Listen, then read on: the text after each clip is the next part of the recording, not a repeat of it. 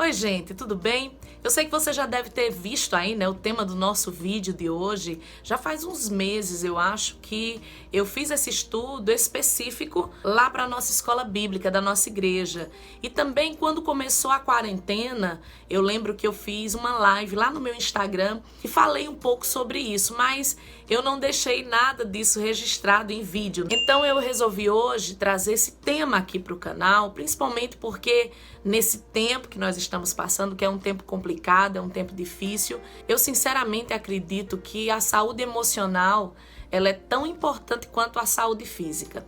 Há uma loucura tão grande, né? Um desespero tão grande para cuidar da saúde física, quando na verdade a saúde emocional é tão importante quanto. Então hoje aqui eu vou fazer um resumo desse estudo, trazer alguns aspectos importantes sobre o contentamento. E olha, longe de mim vir aqui pregar para você que fiquem felizes, gritem, pulem de alegria. Não, sabe? Não é isso. Até porque a Bíblia diz que quem tá alegre canta louvores. Quem tá triste deve orar. Então existem momentos de tristeza, existem momentos que a gente chora, que a gente fica infeliz. Isso faz parte da vida. Agora, o meu objetivo aqui com esse tema é tentar te ajudar a cuidar da sua saúde emocional, para que você possa se proteger nesse tempo difícil, nesse tempo de crise. E eu acredito de verdade que compreender alguns aspectos do contentamento é um passo, ele não é a solução, mas é um passo importante para que a gente possa superar toda essa adversidade, tá bom? Então vou tentar resumir aqui pontos fundamentais, né, desse estudo que nós fizemos lá na igreja. Eu sei que vocês que me acompanham aqui sabem que tem uma diferença, né, de quando eu tô lá ministrando na igreja o estudo, a mensagem, e aqui é lógico, porque lá a gente tem a interação das pessoas, a gente tá lá com todo mundo, tem uma resposta ali imediata, e aqui tô eu e a câmera e você aí do outro lado, mas eu não posso te ver, a gente não pode conversar assim em tempo real, então é claro que perde um pouco do calor, mas eu prometo tentar fazer o melhor aí para levar essa palavra, levar essa mensagem para você, tá bom? Então vamos lá. Mas antes de continuar, é muito importante que você deixe o seu like, que você deixe aqui embaixo seu comentário, que você se inscreva no canal, ative o sininho das notificações. Tudo isso ajuda muito na divulgação desse vídeo, para que o YouTube possa recomendar esse vídeo para outras pessoas. Então quando você dá o like, quando você se inscreve, quando você deixa o seu comentário, tudo isso ajuda muito e eu já quero te agradecer por isso, tá bom? Então vamos ao nosso tema de hoje. Eu fiz esse estudo baseado num texto muito conhecido lá da carta de Paulo aos Filipenses, no capítulo 4, eu vou ler para você. É o versículo 11, o 12 e o 13. Diz assim: "Não digo isto como por necessidade, porque eu já aprendi a contentar-me com o que tenho. Eu sei estar abatido e sei também ter abundância. Em toda maneira e em todas as coisas eu estou instruído, tanto a ter fartura como a ter fome, tanto a ter abundância como padecer necessidade. Posso todas as coisas em Cristo que me fortalece."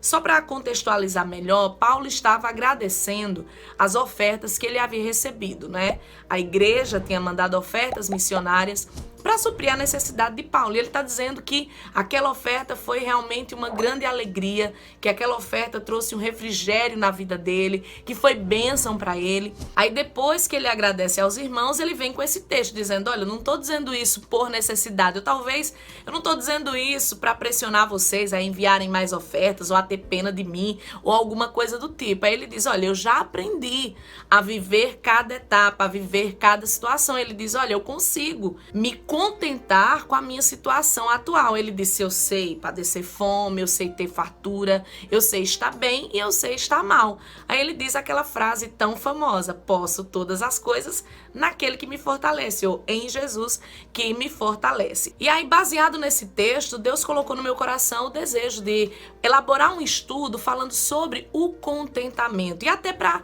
desmistificar algumas coisas, tirar algumas dúvidas, porque a gente faz algumas associações de palavras, né, que muitas vezes são associações errôneas. Então, eu não sei se eu já falei isso aqui outras vezes, mas uma coisa que eu gosto muito é de estudar o significado das palavras. Eu gosto muito de etimologia, para saber a origem daquela palavra e também a questão do significado, o que significa cada palavra. Eu acho que compreender o real significado das palavras é um ponto muito importante para muitas coisas, né? Então, para começar, vamos ao significado dessa palavra. Contentamento significa estado de alegria, de felicidade, de satisfação. E eu sei que tem muita gente que acredita que contentamento é a ausência de problemas, mas isso é um engano. Pensa um pouquinho comigo. Imagine que você só pudesse ser feliz quando você não tivesse mais nenhum problema ou nenhuma necessidade. Ou seja, a felicidade seria algo impossível, porque ninguém tem uma vida perfeita que não tenha nenhum problema. Então, a felicidade não existiria. A lição de Paulo aqui é muito importante, porque ele está dizendo que é possível sim ser feliz, independente das circunstâncias. Mas aí vem o primeiro ponto que eu quero destacar. O contentamento, ele é um aprendizado. Lembra da frase? Aquilo que nós lemos lá no texto inicial?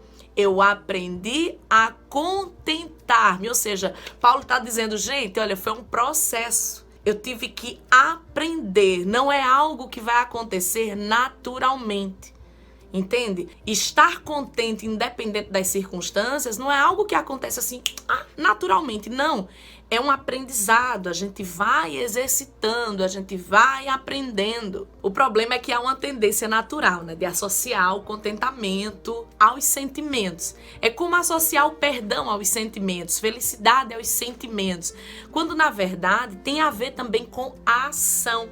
E o aprendizado é isso, é uma atitude. E aí entra uma questão que é a fé, né? Paulo escrevendo também na segunda carta aos Coríntios, no capítulo 5, versículos 6 e 7, olha o que ele diz. Por isso estamos sempre de bom ânimo, sabendo que enquanto estamos no corpo, vivemos ausentes do Senhor, porque andamos por fé e não por vista. A questão é, a maioria das pessoas é guiada pelos sentimentos. O que eu tô sentindo, é o que o meu coração manda, é o meu estado de espírito. O que esse exemplo de Paulo nos ensina é que nós não podemos deixar os nossos sentimentos nos guiar. A fé precisa nos guiar.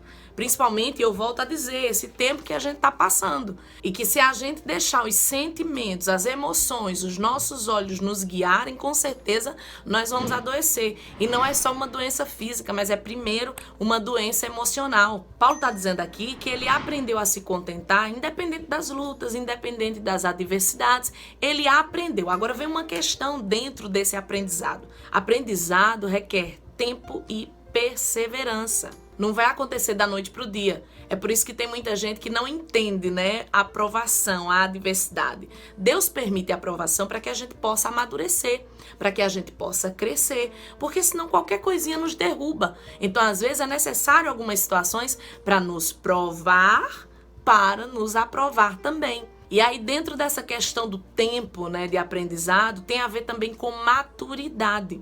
A gente pode afirmar também que esse contentamento que Paulo está falando, é um contentamento que é fruto de maturidade, ou seja, fruto de experiências. Alguém que tem experiência, né, como Paulo tinha, de passar por diversas situações, então já tem, como a gente diz, já tem as costas largas, já tem o couro grosso para aguentar determinadas situações. Porque assim, uma das diferenças básicas entre os maduros e os imaturos é que uma pessoa madura, ela suporta adversidades. Já o imaturo, ele não aguenta nada, né? No primeiro problema que vem, já fica desesperado. Gente imatura não sabe lidar com problema. E quando eu tô falando de maturidade, gente, é muito importante que você entenda que eu não tô falando aqui de idade, tá? Porque tem muita gente que pode ter 80 anos e age como uma pessoa imatura. Porque, não sei, tem gente que parece que fica, sabe, encruado, como a gente usa esse termo aqui. Sabe, eu não sei se você já teve essa experiência de comprar uma fruta que ela não estava madura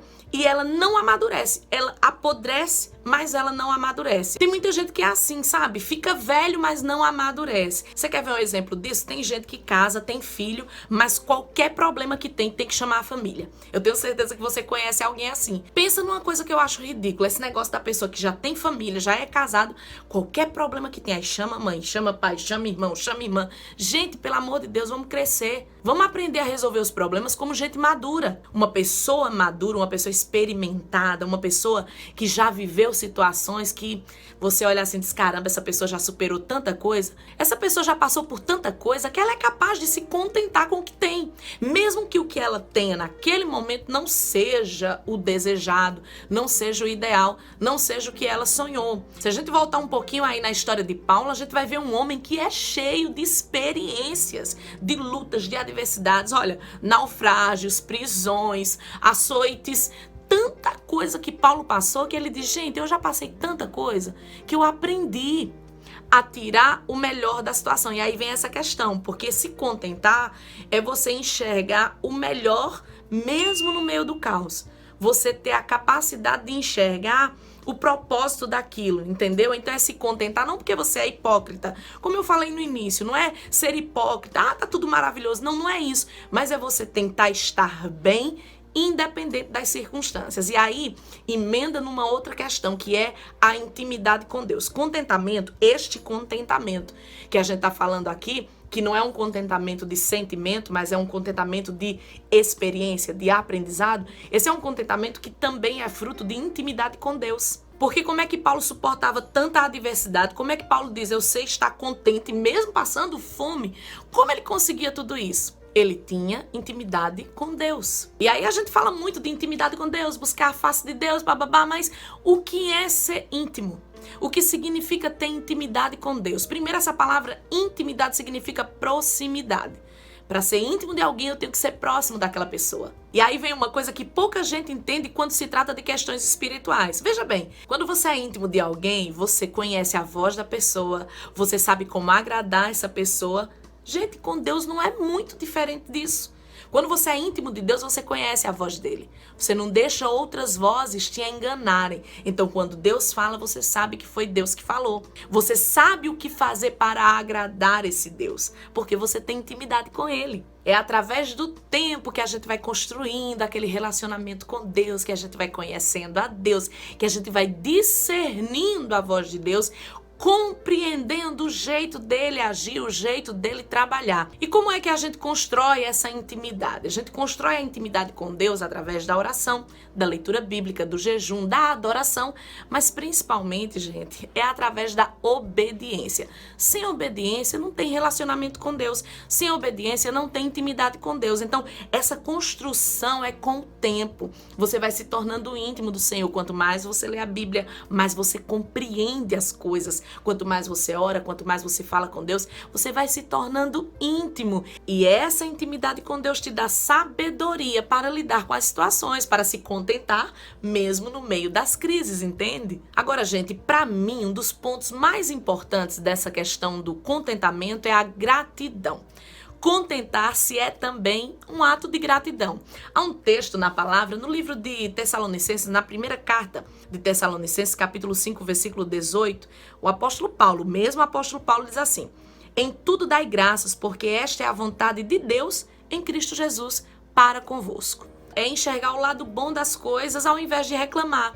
É você celebrar aquilo que você tem ao invés de reclamar por aquilo que você não tem. É enxergar o copo meio cheio e não meio vazio, sabe? E essa questão de ser grato sempre tem a ver também com você se colocar no lugar de outras pessoas. De você pensar assim, poxa, eu tô passando por isso, mas tem muita gente que também tá nesse mesmo barco. Tá passando a mesma situação e outros ao redor do mundo estão ainda piores. Porque, gente, sempre tem alguém que tem mais problema que a gente. Sempre tem alguém que tem mais motivos para reclamar que a gente. Então é por isso que a gente sempre vai ter motivos para agradecer. E aí o apóstolo Pedro, escrevendo na sua primeira carta, no capítulo 5, ele diz assim: olha, irmãos, sede sóbrios, vigiai, porque o diabo, vosso adversário, anda em derredor, bramando como leão, buscando a quem possa tragar, ao qual resistir firmes na fé, sabendo que as mesmas aflições se cumprem entre os vossos irmãos no mundo. Então, sempre tem alguém que está passando ou a mesma situação que a nossa,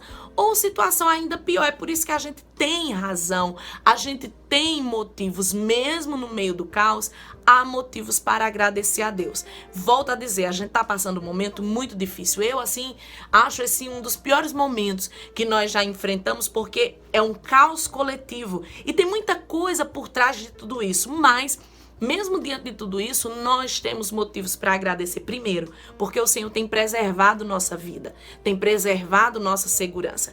Então, gente, sempre, por mais difícil que esteja aí onde você está, aqui onde eu estou, por mais difícil que esteja, sempre nós teremos motivos para agradecer. E esse exercício de gratidão e esse exercício de contentamento, ele produz vida.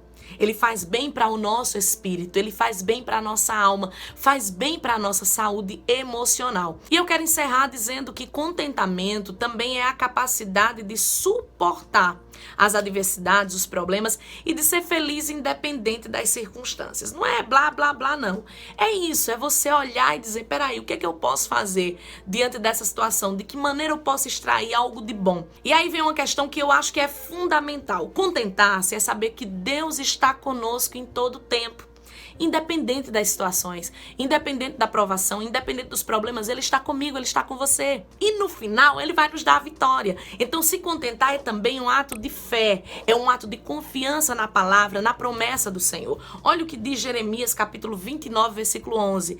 Porque eu bem sei os pensamentos que eu tenho a vosso respeito, diz o Senhor, pensamentos de paz e não de mal, para vos dar o fim que esperais. Então se agarre nisso. Eu não sei qual é a situação, não sei se você está passando agora um problema financeiro, um problema emocional, um problema espiritual, talvez um problema de saúde, eu não sei qual é a sua situação, talvez seja um problema familiar, mas eu quero dizer para você, seja grato a Deus pelas pequenas vitórias, seja grato a Deus pelos livramentos que você muitas vezes não enxerga. Seja grato ao Senhor porque você está aí com vida, Ele preservou você até aqui. Ele tem pensamentos de paz e não de mal para você. Que Deus te abençoe. Eu espero que vocês tenham gostado aí desse tema. Espero que de alguma maneira essa palavra, esse nosso momento aqui hoje tenha produzido contentamento aí no seu coração. Você tem entendido que não depende de circunstâncias, mas nós precisamos nos agarrar naquilo que é bom. Olha o que a Bíblia diz, né? Tudo que é puro, tudo que é bom, a gente tem que ocupar o nosso pensamento e a nossa mente com coisas boas. Porque, gente, olha, se a gente se entrega ao pessimismo, se a gente se entrega às situações, às circunstâncias, às crises, a gente adoece. Então o meu propósito aqui não é vir pintar um mundo cor-de-rosa, um mundo colorido com bolinhas brilhantes, não é nada disso. O meu foco aqui é te ajudar de alguma maneira a sair dessa situação, principalmente com relação às tuas emoções. Então se agarre na palavra do Senhor, comece a olhar para as coisas que são positivas, comece a olhar para as coisas que são boas, comece a celebrar as pequenas coisas que Deus já tem providenciado. Tá uma crise, tá um caos, mas Deus tem sido provedor nas nossas vidas. Então vamos agradecer, não tá do jeito que a gente quer, mas com certeza se nós cuidarmos desse lado aí que é tão importante, que é a nossa saúde emocional, saúde espiritual, com certeza nós vamos vencer todas as barreiras, todas as adversidades, tá bom? Que Deus te abençoe, espero ter ajudado você aí de alguma forma.